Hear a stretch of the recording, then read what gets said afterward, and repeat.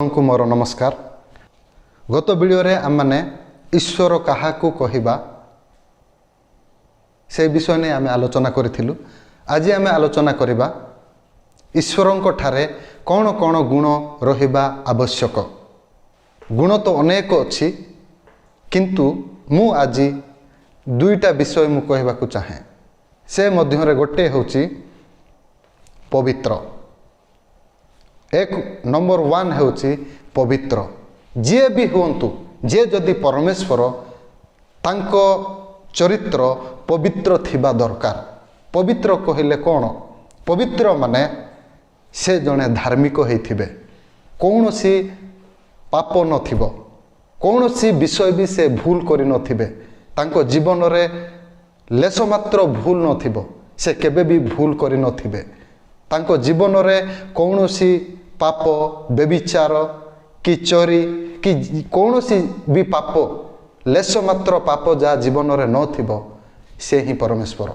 कारण परमेश्वर जे प्रभु से केबे भी भूल करिबे नाही कि भूल काम को केबे भी से पसंद करिबे नाही। से होचंती परमेश्वर। जे परमेश्वर से धार्मिक होइथिबे, पवित्र होइथिबे। गोटे विषय जदि आम आलोचना करिबा सेटा होची प्रेम। जे जदि परमेश्वर तांको जीवन रे से प्रेमी होइथिबा दरकार, से प्रेम करुथिबा दरकार, समस्तंकु समान प्रेम करुथिबा दरकार। माँ मु पड़ी गली मोर एटी घा हो जाए मते औषध दियो जदि गोटे पुओ कहबो ता माँ कहबो नाई रे तू जाई कि तो बापा को किछि पैसा मागिकी आने, जदि पैसा मागिकी देले पैसा देले मु तोते भलो कर देबी, जा किछि नड़िया आने, तू जदि नड़िया आनिबू ताहेले मु निश्चित भाव रे तोते भलो कर देबी। जदि निज माँ केबे सेमती केबे कहे कि केबे नड़िया आने, कदली आने कि छेली आने कि कौनसी विषय को से निज माँ केबे लांच मागिबो कि? कौनसी माँ भी केबे लांच मागिबो नाही। जदि निजर प्रकृत माँ गोटे पिलार जदि कौनसी घा हला कि से ज्वर होइछि, कौनसी असुस्थ होइछि, से निजर पुअर अवस्था देखि ही तार हृदय से विगलित हेबो। से निजे ताकू कि प्रकार से भलो करि पारे से विषय को से चिंता करिबो। से अनेक दुख रे से निजर पुओ को से भलो करिबा पाए भलो करिबारे से व्यस्त से हेबो। केबे भी निजर जन्म देइथिबा माँ केबे हेले भी मते लांच आनी दे, मते पैसा आनी दे, तो बापा को मागिकी दे, सेटा दे, एटा दे, सेटा देला परे मु सेटा तोते सुस्थ करबी, तू सेटा देले ही मु से विषय को मु काम करबी। केबे भी निज माँ निजे जन्म देइथिबा माँ सेमती भाबिबो नाही कि सेमिति केबे डराइबो भी नाही। बहुत विषय को आमे बहुत भगवान बहुत प्रभु मानु को आमे देखिछु, आमे जानिछु, आम माने भी सेटा मानुथिलु मानुछु जे अनेक भगवान माने आमानु को लांच मागिबे। मु जो भगवान मानु को मु मानुथिली सेठी तो अनेक जन मागुथिले। आमे जो भगवान मानु को आमे मागुछु सेठी सेमती मागु नाहांती। तो जदि आमे ज्वर हो गलु कि कौन से आमर किडनी प्रॉब्लम कि कौन सी पेटरे कौन सी रोग हो गला कि कौन सी असुविधा आम जीवन रे जदि हो जाइछि ताहेले तांको आमे नड़िया देबाकू पड़िबो, तांको कदली देबाकू पड़िबो कि कौन सी पूजार आवश्यक एटा सेटा अनेक प्रकार कथा से भगवान मागु नाहांती। तो आमे सेटा देले मु भलो कर देबी, जदि आमे छेली देई देबा भलो हे जिवो, जदि कुकुड़ा देई देले भलो हे जिवो, जदि आमे कौनसी पूजा कर देले से भलो हे जिवो। सेमती किछि नाही। तो प्रभु माने केबे स्वार्थ पाई करंती नाही। प्रभु जे कि परमेश्वर, जे कि सृष्टिकर्ता, जे आमानंकु तैयारी करिसंती, से प्रभु केबे हेले भी लांच तांको किछि दरकार भी नाही।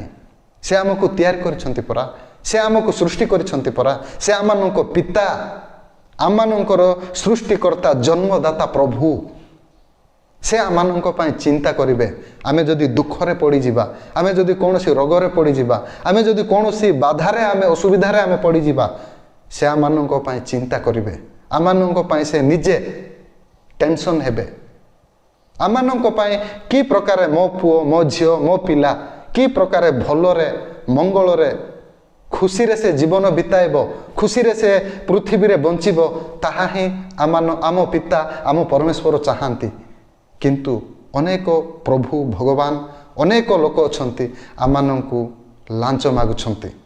ଲାଞ୍ଚ କହିଲେ ଆମେ ବୁଝିଯିବା କଥା। ଲାଞ୍ଚ କହିଲେ ଆମେ ଯଦି ଜ୍ୱର ହେଇଛୁ, କୌଣସି ଭୂତ ଲାଗିଛି, ମୋତେ ଏଟା ଦିଅ ତାହେଲେ ମୁଁ ସେଟା ଦେବି, କୌଣସି ଜ୍ୱର ହେଇଥିଲେ ମୋତେ ସେଟା କର ତାହେଲେ ମୁଁ ତୁମକୁ ଭଲ କରିବି, ଯଦି ରୋଗ ହେଇଛୁ ଏଟା କର ତାହେଲେ ରୋଗ ଯିବ। ସେଟା କି କଥା ଭାଇମାନେ, କି କଥା ଭଉଣୀମାନେ? ଆମେ ବିଚାର କରିବା ବିଷୟ, ଆମେ ଚିନ୍ତା କରିବା ବିଷୟ। କେବେ ହେଲେ ନିଜ ମା, ଯେମିତି ମୁଁ କହୁଥିଲି ଯେ ନିଜର ମା ଯଦି କୌଣସି ପୁଅର କୌଣସି ଅସୁବିଧା ହେଇଯାଇଛି, କୌଣସି ନା ସେ ଘା ହେଉ କିମ୍ବା ରୋଗରେ ପଡ଼ୁ କି କୌଣସି ଅସୁବିଧାରେ ସେ ପଡ଼ୁ, ଯଦି ପ୍ରକୃତରେ ରୋଗରେ ପଡ଼ିଛି, ଅସୁବିଧାରେ ପଡ଼ିଛି, ସେ ମାଗିବା ତ ଦୂରର କଥା, ସେ ନିଜର ଜୀବନ ବି ଦେଇଦେବ। ନିଜର ପିଲାକୁ ଭଲ କରିବା ପାଇଁ ସେ ଯାହା କିଛି ବି ସେ କରିଦେବ। ଘର ବି ବିକି ଦେଉଛନ୍ତି, ଅନେକ ମା ମାନେ ନିଜର କିଡ଼ନୀ ବି ଦେଇ ଦେଉଛନ୍ତି, ଅନେକ ମା ମାନେ ଅନେକ କାମ ବି କରୁଛନ୍ତି ନିଜର ପୁଅ ଝିଅମାନଙ୍କୁ ଭଲ କରିବା ପାଇଁ, ନିଜର ପୁଅ ଝିଅ ପାଇଁ ସେ ଭଲ କରିବା ପାଇଁ, ନିଜର ଭଲ ରାସ୍ତାରେ ନିଜର ପୁଅ ଝିଅକୁ ନେବା ପାଇଁ, ଭଲ ରାସ୍ତା ଭଲ ବିଷୟ ଦେଖାଇବା ପାଇଁ ନିଜେ ଉପବାସ ରହୁଛନ୍ତି। ଉପାସରେ ସେମାନେ ବଞ୍ଚୁଛନ୍ତି, ଖାଉ ବି ନାହାନ୍ତି, ଶୋଉ ବି ନାହାନ୍ତି, ପିନ୍ଧୁ ବି ନାହାନ୍ତି। ନିଜର ପିଲା ଛୁଆମାନଙ୍କୁ ଭଲରେ ପିନ୍ଧେଇବା ପାଇଁ, ଭଲରେ ପଢ଼େଇବା ପାଇଁ, ଭଲରେ ଆଗକୁ ବଢ଼େଇବା ପାଇଁ, ଭଲରେ ସେମାନଙ୍କୁ ଜୀବନ ବିତେଇବା ପାଇଁ ନିଜର ପିତାମାତାମାନେ କେତେ କ'ଣ ନା କରୁନାହାନ୍ତି। କାରଣ ସେମାନେ ପିତାମାତା, ଯେ ପିତା ହେଇଛି, ଯେ ମା ହେଇଛି, ସେ ହିଁ ନିଜେ ଜାଣିବେ ନିଜର ସନ୍ତାନର ଦୁଃଖ, ନିଜ ସନ୍ତାନର ଅସୁବିଧା, ନିଜ ସନ୍ତାନକୁ କେଉଁ ପ୍ରକାରେ ଚିନ୍ତା କରିହେବ, କି ପ୍ରକାରରେ ସେମାନଙ୍କୁ କ'ଣ ଦରକାର, କ'ଣ ଆବଶ୍ୟକ, କ'ଣ ସେମାନଙ୍କୁ ଦେଲେ ସେମାନେ କୁଶଳରେ ଶାନ୍ତିରେ ବଞ୍ଚିବେ, ସେ ବିଷୟରେ ସବୁବେଳେ ନିଜର ପିତାମାତା ଚିନ୍ତା କରନ୍ତି। ଯେ ପରମେଶ୍ୱର ସେମିତି ହିଁ ସବୁବେଳେ ଯେ ଆମମାନଙ୍କ ପାଇଁ ମଙ୍ଗଳ ଚିନ୍ତା କରନ୍ତି, ଆମମାନଙ୍କ ପାଇଁ ଭଲ ବିଷୟ ଚିନ୍ତା କରନ୍ତି, ଆମମାନଙ୍କୁ ଫ୍ରିରେ କାମ କରିଦିଅନ୍ତି, ଫ୍ରିରେ ଯାହା ବି ଫ୍ରିରେ କରିଦିଅନ୍ତି, ସେ ହିଁ ପରମେଶ୍ୱର। ଭାଇ ଭଉଣୀମାନେ, ଯେଉଁଠାରେ ଯଦି ଅର୍ଥ ପଇସା ଦେବାକୁ ପଡ଼ୁଛି କୌଣସି ଭଲ ହେବା ପାଇଁ, ସୁସ୍ଥ ହେବା ପାଇଁ, ପାପରୁ ଦୂର ହେବା ପାଇଁ, ପାପରୁ ମୁକ୍ତି ହେବା ପାଇଁ, ଆମମାନଙ୍କର ଶରୀର ସୁସ୍ଥ ହେବା ପାଇଁ, କିମ୍ବା ଆମମାନଙ୍କ ଜୀବନର ଅସୁବିଧାକୁ ଦୂର କରିବା ପାଇଁ, କିମ୍ବା ଆମ ପରିବାରର ଅସୁବିଧାକୁ ଦୂର କରିବା ପାଇଁ ଯଦି କୌଣସି ପଇସାର ଆବଶ୍ୟକ ହେଉଛି, କି କଦଳୀ କି କୌଣସି ଗୋଟେ ଜନ୍ତୁକୁ ପୂଜା କରିବାକୁ ଯଦି ଆବଶ୍ୟକ ହେଉଛି, କୌଣସି ଜନ୍ତୁକୁ କିମ୍ବା କୌଣସି ପ୍ରାଣୀକୁ ଯଦି ପୂଜା କରିବା ପାଇଁ କିମ୍ବା ପଇସାର ଆବଶ୍ୟକ ହେଉଛି, ତାହେଲେ କି ପ୍ରକାର ପ୍ରଭୁ ସିଏ? ପ୍ରଭୁମାନେ ସେମିତି କରନ୍ତି ନାହିଁ। ଯିଏ ଯଦି ଲାଞ୍ଚ ମାଗୁଛି, ଯିଏ ଯଦି ଆମମାନଙ୍କୁ ଅର୍ଥ ମାଗୁଛି, କୌଣସି ସ୍ୱାର୍ଥ ପାଇଁ ସେ ଯଦି ମୁଁ ଏମିତି କରିଦେବି, ସେମିତି କରିଦେବି, ସେ ଦଲାଲ କେବେ ବି ପ୍ରଭୁ ହେଇପାରିବେ ନାହିଁ। ସେ ପ୍ରକାର ଚରିତ୍ର, ସେ ପ୍ରକାର ଗୁଣ ଯଦି ଯାହା ଜୀବନରେ ଅଛି, ଆମେ ପ୍ରଭୁ ବୋଲି ମାନିପାରିବା ନାହିଁ। ତ ସେଥିପାଇଁ ମୋର ପ୍ରିୟମାନେ, ଯେ ପ୍ରଭୁ ଆମମାନଙ୍କ ପାଇଁ ଯେ ଜୀବନ ବି ଦେଇପାରିବେ, ଆମମାନଙ୍କ ପାଇଁ କ'ଣ ବି କରିପାରିବେ, ଆମମାନଙ୍କ ପାଇଁ ସବୁବେଳେ ଚିନ୍ତା କରିବେ, ଆମେ କୌଣସି ଅସୁବିଧା ହେଲେ ଆମମାନଙ୍କ ପାଇଁ ଯେ ବିଗଳିତ ହେବେ, ସେ ହିଁ ପ୍ରଭୁ। କାହାଠାରେ ଏ ପ୍ରକାର ଚରିତ୍ର ଅଛି? କାହା ଜୀବନରେ ସେ ଏ ପ୍ରକାର ପ୍ରେମୀ? ସେ ହିଁ ପରମେଶ୍ୱର। ତ ସେଥିପାଇଁ ଆମେ ଯେଉଁ ଭଗବାନ, ଯେଉଁ ପରମେଶ୍ୱରମାନଙ୍କୁ ଆମେ ପୂଜା କରୁଛୁ, କେମିତିକା ପରମେଶ୍ୱର ମାନେ, କି ପ୍ରକାର ଭଗବାନ ମାନେ, ଟିକେ ଆମେ ଚିନ୍ତା କରିବା, ଆମେ ପରୀକ୍ଷା କରିବା। ଆଉ ଗୋଟେ ବିଷୟ ଯଦି ମୁଁ କହିବି, ପରମେଶ୍ୱର କେବେ ହେଲେ ସେ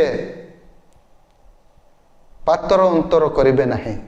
ପାତର ଅନ୍ତର ମାନେ ଯଦି ଆମେ ଦେଖିବା, ସାନ ବଡ଼ କିମ୍ବା ଉଚ୍ଚ ନିଚ୍ଚ ଭେଦଭାବ, ପ୍ରଭୁଙ୍କ ଠାରେ ଭେଦଭାବ ନଥିବ। ଯେ ପରମେଶ୍ୱର, ଯେ ପ୍ରଭୁ, ଯେ ସୃଷ୍ଟିକର୍ତ୍ତା, କେବେ ହେଲେ ବି ଭେଦଭାବ ବୋଲି କିଛି ନଥିବ। କାହିଁକି ଜାଣିଛନ୍ତି? ମୁଁ ଆଉ ଗୋଟେ କଥା, ଆଉ ଗୋଟେ ଉଦାହରଣ ମୁଁ କହିବି। ଦେଖନ୍ତୁ, ଗୋଟେ ବାପାର 5 ଜଣ ପୁଅ ଥିଲେ। 5ଟା ପୁଅ ଭିତରେ ଜଣେ ବହୁତ ବଡ଼ ଧନୀ ହେଲେ, ଆଉ ଜଣେ ଚାଷୀ ହେଲେ, ଆଉ ଜଣେ କଲେକ୍ଟର ହେଲେ, ଆଉ ଜଣେ ଭିକାରୀ ହେଇକି ସେ ଜୀବନ ବିତାଉଛି।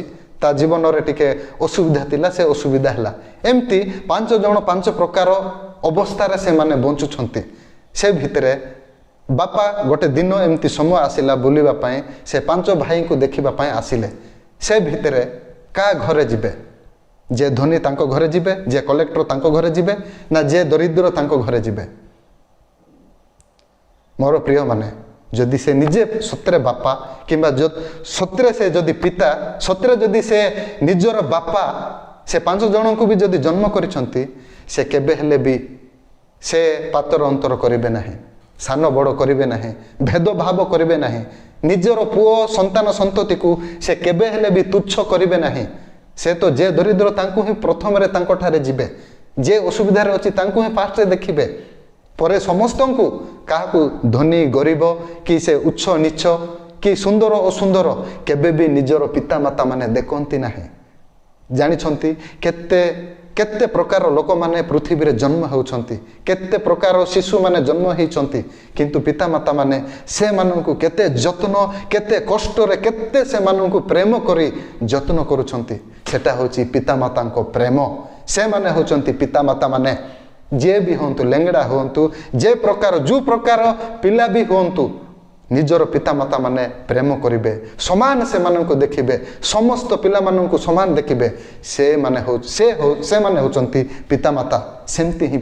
ସେମିତି ହିଁ ମୋର ପ୍ରିୟମାନେ, ଯିଏ ଯଦି ପ୍ରକୃତ ପିତା, ଯିଏ ଯଦି ସମସ୍ତଙ୍କୁ ସୃଷ୍ଟି କରିଛନ୍ତି, ଯିଏ ଯଦି ଆମମାନଙ୍କର ପୃଥିବୀର ସମସ୍ତ ଲୋକମାନଙ୍କର ପ୍ରଭୁ, ସେ ପ୍ରଭୁ କାହାକୁ ପାତର ଅନ୍ତର କିମ୍ବା କାହାକୁ ଉଚ୍ଚ ନିଚ୍ଚ, କାହାକୁ ଭେଦଭାବ କରିବେ ନାହିଁ।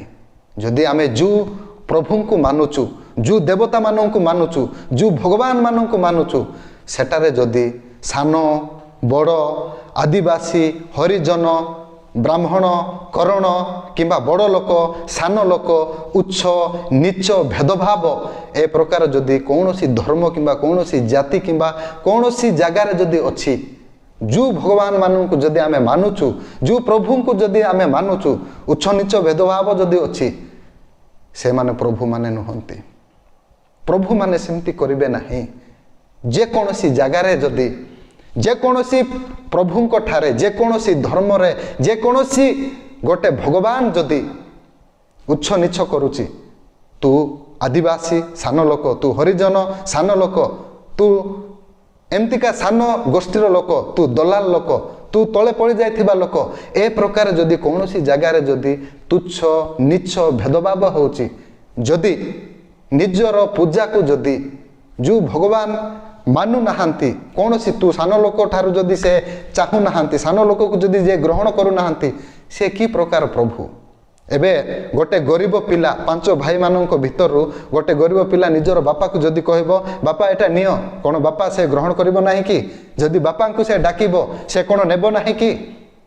ନିଜର ବାପା ପରା ସେ। ଯଦି ଯେ ନିଜର ବାପା, ନିଜର ପୁଅ ସନ୍ତାନମାନେ ଯାହା ବି ଦେବେ, ନିଜର ବାପା ମା ମାନେ ଗ୍ରହଣ କରିବେ, ସେମାନେ ମାନିବେ। ନିଜର ପୁଅମାନେ ଯାହା ବି ନିଜର ପିତାମାତାଙ୍କୁ ଡାଇରେକ୍ଟ ମାଗିପାରିବେ, କଥା ହେଇପାରିବେ, ଆଳିଙ୍ଗନ କରିପାରିବେ, ତାଙ୍କ ସହିତ ରହିପାରିବେ। ସେ ହେଉଛନ୍ତି ପିତା ମାତା କିମ୍ବା ପୁତ୍ର ସନ୍ତାନର ସମ୍ପର୍କ। ଯାହା ଜୀବନରେ ଯଦି ପିତାମାତାମାନଙ୍କର, ସନ୍ତାନମାନଙ୍କର ପିତାମାତାଙ୍କ ସହିତ ସମ୍ପର୍କ ଅଛି, ସମସ୍ତଙ୍କୁ ସେମାନେ ଭେଟି ପାରିବେ, ସମସ୍ତଙ୍କ ସହିତ ରହିପାରିବେ, ସମସ୍ତଙ୍କ ସହିତ ସମାନ ଦେଖିବେ। ସେ ହେଉଛନ୍ତି ପିତାମାତା। ସେମିତି ହିଁ ଯେ ପରମେଶ୍ୱର, ଯେ ସୃଷ୍ଟିକର୍ତ୍ତା, ଯେ ପିତା, ସମସ୍ତ ଲୋକମାନଙ୍କୁ ଯେ ସମାନ ଦେଖନ୍ତି, ସମସ୍ତ ଲୋକଙ୍କ ସହିତ ଯେ ସମାନ ରହିବେ, ସମସ୍ତଙ୍କୁ ସମାନ ଭାବରେ ପ୍ରେମ କରିବେ, ସମାନ ଭାବରେ ଦେଖିବେ, ସମାନ ଭାବରେ ସମସ୍ତଙ୍କ ସହିତ ଭେଟଘାଟ କରିବେ, ସମସ୍ତଙ୍କୁ ସମାନ ଅଧିକାର ଦେବେ, ସମାନ ମାନ୍ୟତା ଦେବେ, ସମାନ ପ୍ରେମ ଦେବେ, ସେ ହିଁ ପରମେଶ୍ୱର। ତ ପ୍ରିୟମାନେ, ଆଜିର ବିଷୟ ଆମେ ଯେ ପରମେଶ୍ୱର ହେଇଥିବେ ସେ ପବିତ୍ର ହେଇଥିବା ଦରକାର, ଯେ ପରମେଶ୍ୱର ହେଇଥିବେ ସେ ପ୍ରେମିକ ହେଇଥିବା ଦରକାର, ଯେ ପରମେଶ୍ୱର ହେଇଥିବେ ସମସ୍ତଙ୍କୁ ସମାନ ଦେଖୁଥିବା ଦରକାର। ଏତିକି ବିଷୟ ମୁଁ ଆଜି କହୁଛି। ତ ଆପଣମାନେ ବି ପରୀକ୍ଷା କରନ୍ତୁ, ଯଦି ଏତିକି ବିଷୟ ଭିତରେ ଯଦି ଆମମାନେ ଯେଉଁ ପ୍ରଭୁଙ୍କୁ ସେବା କରୁଛୁ, ଯେଉଁ ପରମେଶ୍ୱରଙ୍କୁ ସେବା କରୁଛୁ, ସେ ପରମେଶ୍ୱର ଏ ପ୍ରକାର ଚରିତ୍ର ତାଙ୍କୁ ଅଛି ନା ନାହିଁ। ଯଦି ନାହିଁ, ତାହେଲେ ଆମେ ପରୀକ୍ଷା କରିବା କାଠାରେ ଏ ପ୍ରକାର ଚରିତ୍ର ଅଛି, କିଏ ପ୍ରେମିକ ଧାର୍ମିକ ପବିତ୍ର ଧର୍ମମୟ ଉଦ୍ଧାରକର୍ତ୍ତା ତ୍ରାଣକର୍ତ୍ତା ରକ୍ଷାକର୍ତ୍ତା କିଏ ତାଙ୍କୁ ଆମେ ପରୀକ୍ଷା କରିବା ତାଙ୍କ ରାସ୍ତାକୁ ଆମେ ପରୀକ୍ଷା କରିବା ତାଙ୍କ ଜୀବନରେ ଯିବା କେହି ତ ଜଣେ ଅଛନ୍ତି ଉଦ୍ଧାରକର୍ତ୍ତା ପ୍ରେମିକ ଦୟାଳୁ ସାହାଯ୍ୟକାରୀ ଉଦ୍ଧାରକର୍ତ୍ତା ସମସ୍ତଙ୍କୁ ସମାନ ଯିଏ ଦେଖନ୍ତି କେହି ତ ଜଣେ ଅଛନ୍ତି ତାଙ୍କୁ ଆମେ ପରୀକ୍ଷା କରିବା ନିଶ୍ଚିତ ଭାବରେ ଆଗାମୀ ଭିଡ଼ିଓରେ ବି ଆମେ ଆଲୋଚନା କରିବା ଏବଂ ଆମେ ଅନେକ ବିଷୟକୁ ଆଲୋଚନା କରି ଆଗକୁ ଯିବା ଧନ୍ୟବାଦ ଏତିକିରେ ମୁଁ ଶେଷ କଲି ଆଗାମୀ ଭିଡ଼ିଓରେ ଆମେ ପୁଣି ଭେଟ ହେବା ଧନ୍ୟବାଦ।